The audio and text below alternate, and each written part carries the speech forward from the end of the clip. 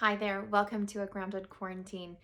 Today I'd like to talk to you about sleep. So I know that a lot of us are having trouble either falling asleep or we're waking up and having trouble going back to sleep.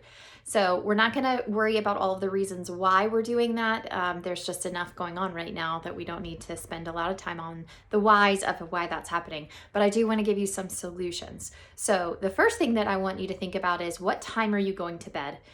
You've heard of circadian rhythm. Our body naturally wants to go to bed and wake up at certain times. We need about 7 or 8 hours of sleep. So the first thing I want you to think about is, if your bedtime actual time is very varied, then it's going to be hard for your brain to know, okay, it's time to shut down now. It's time to go to sleep. So the first thing I want you to do is try to make a bedtime that is reasonable, that's going to give you enough of a sleep overnight, 7 or 8 hours, hopefully, before you have to hit that alarm clock. Okay, so that's the first thing. The second thing is, we do this with children, but sometimes we forget to do it with ourselves as adults.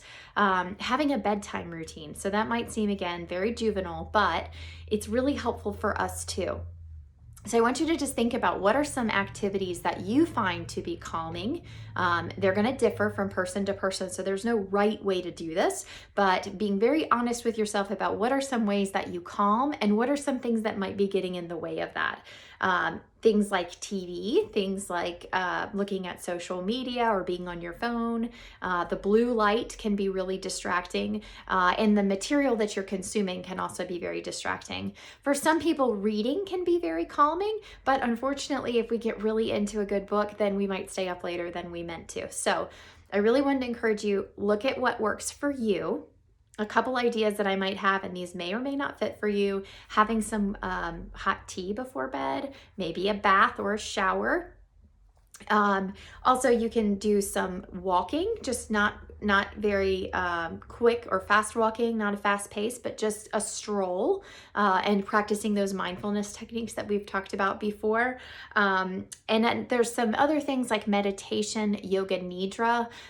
There are some really fabulous apps out there that can help with that. One of them, my favorite, is called Insight Timer, but there's also Headspace, and several others, Calm being one of them. Apps that just, you can search for bedtime meditations or yoga nidra, and those will pop up for you.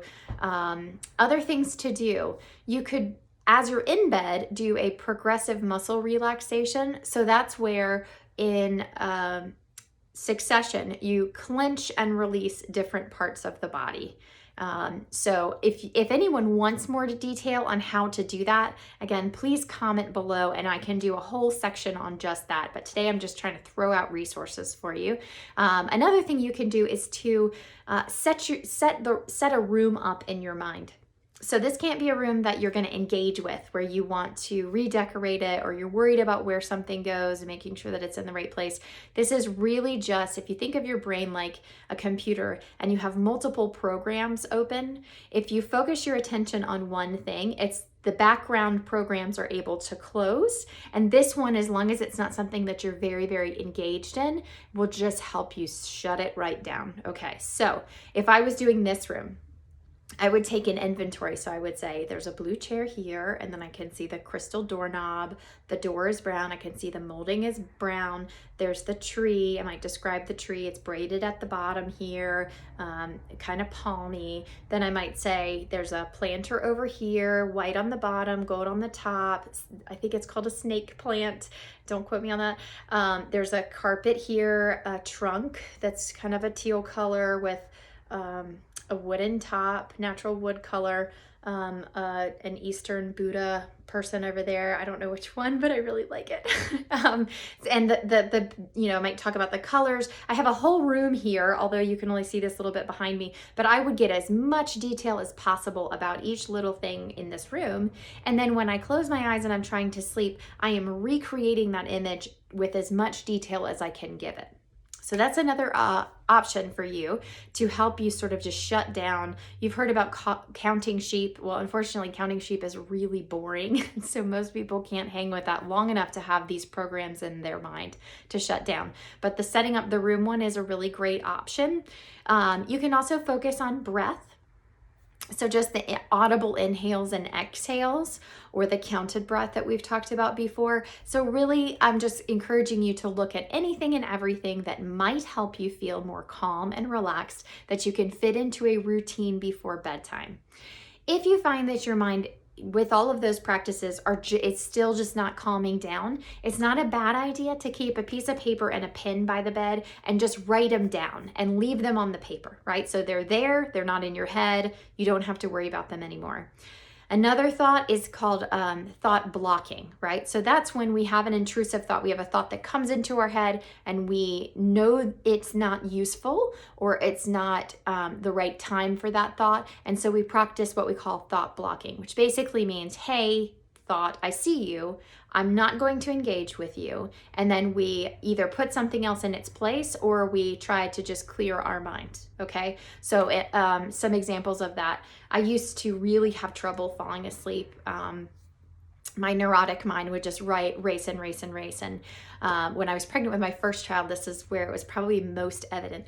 I would imagine horrible things happening to my child that hadn't even been born yet, right as I'm trying to sleep, which would just set me up for a night of sleeplessness and a lot of uncomfortability, right?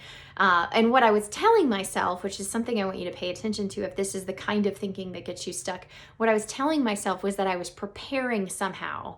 I was going to be able to address whatever issue, whatever trial or tribulation my daughter was in, because I had prepared. But the truth of the matter is, one, most of those things were never going to happen. And two, I probably I know I wasn't going to be any more prepared for them because they were so outrageous.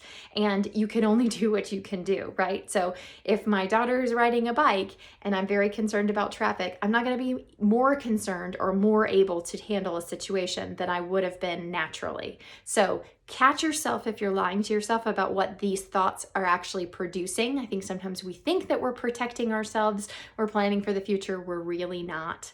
So again, pen and paper, write them down, get them out of your head, like a little dump there. Then practice yoga nidra, meditation, something like that.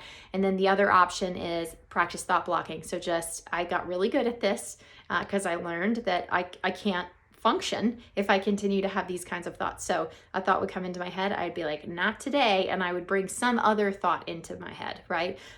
Some imagery perhaps. Maybe I'm lying on a beach, I'm calm, I'm relaxed, anything like that that helps you sort of click out of the negative thought and into a safe, calm place. So I hope this has been helpful. Anything that you want more information on, please comment below so that I can give you a little bit more. Thank you for joining me. Eat the avocado, leave the peel, plant the seed. Thank you.